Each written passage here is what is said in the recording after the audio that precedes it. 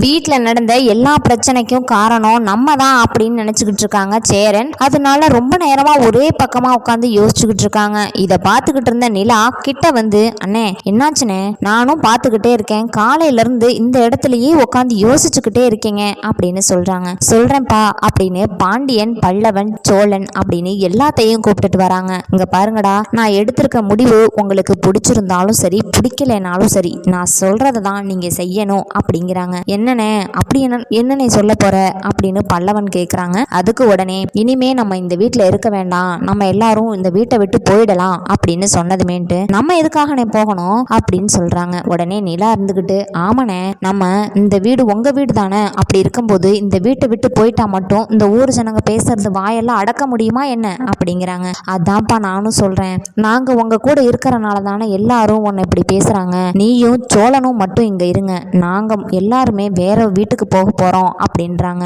ஏனே இப்படி பண்றீங்க?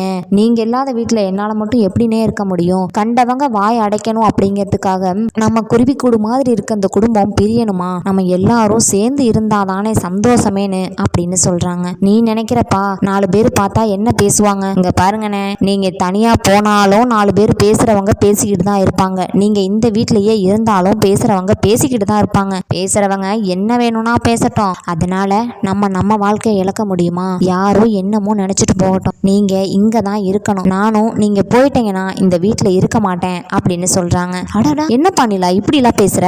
நீயும் சோழனும் மட்டும் இருந்தா புருஷன் பொண்டாட்டின்னு சொல்லுவாங்க, ஆனா நாங்களும் உங்க கூட இருக்கிறனால தானே. யார் நீ சொன்னது சோழனை நான் மனசார ஏத்துக்கிட்டேன்னு? சோழன் எனக்கு பண்ண துரோகத்துக்கு அவரை நான் இன்னும் ஏத்துக்கவே இல்லை. பல்லவன் ஒரு வார்த்தை சொன்னான், நீ நான் அம்மாவை பார்க்கல, எனக்கு நீங்க தான் அம்மா மாதிரின்னு. அதன் ஒரு காரணத்துக்காக தான் நான் பல்லவனுக்காக இந்த வீட்டில் இருக்கேன். மற்றபடி நீங்க நினைக்கிற மாதிரி என் மனசுல சோழனை இன்னும் என் புருஷனா நான் ஏத்துக்கல அப்படிங்கிறாங்க. அதுக்கப்புறம் எங்களுக்காக நீ வந்து வெளியே பேசுனியப்பா.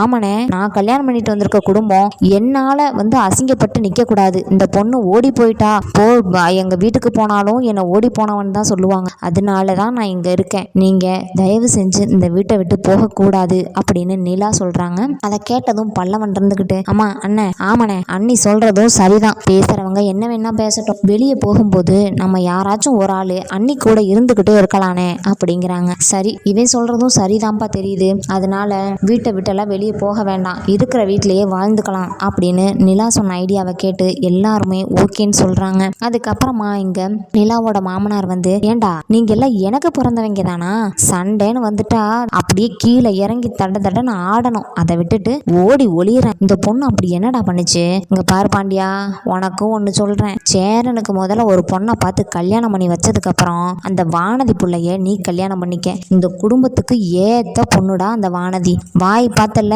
சும்மா கடுகு போட்டா சும்மா புரிஞ்சு தள்ளிரும், அப்படிப்பட்ட பொண்ணு தாண்டா அந்த குடும்பத்துக்கு தேவை அப்படிங்கிறாங்க. நிலாவை பார்த்து, நிலா மட்டும் என்ன தங்கத்துக்கு, நீயும் தான் நல்ல பொண்ணு, வானதியும் இந்த வீட்டுக்கு வந்துட்டா நல்லா இருக்கும், என் பையங்க 4 பேத்துக்கும் கல்யாணத்தை பண்ணி பார்க்கணும்னு எனக்கு ஒரு ஆசை, அவ்வளவுதான் அப்படின்னு சொல்லிட்டு ஜாலியா பேசிக்கிட்டு இருக்காங்க. அப்ப உடனே நிலா இருந்துக்கிட்டு, ஏன்னா நீங்க எல்லாம் தனித்தனியா போயிட்டா இந்த சுகம் கிடைக்குமா? கொஞ்ச நேரம் வீட்டுல இருந்தாலும் எப்படி கலகலப்பா பேசிக்கிட்டு நல்ல சந்தோஷமா இருக்கும், இதை விட வாழ்க்கையில வேற என்னன்னே வேணும்? நம்ம சம்பாதிக்கிறதே நிம்மதியான சாப்பிடவும் நிம்மதியா ஜாலியா இருக்கிறதுக்காகவும் தான், நம்ம அதிகமா சம்பாதிக்காட்டியாலும் இருக்கிறத வச்சு சந்தோஷமா இருக்கணும், இதுவே நம்ம வாழ்க்கைக்கு பத்தாதா? நம்ம காசே இல்லாட்டி கூட நம்ம அண்ணன் தம்பியோட எப்படி இருந்தோம் அப்படின்னு தினம் தினம் நினைச்சு நிம்மதியா இருந்துட்டு போயிடலாம் அப்படின்னு சொல்றாங்க.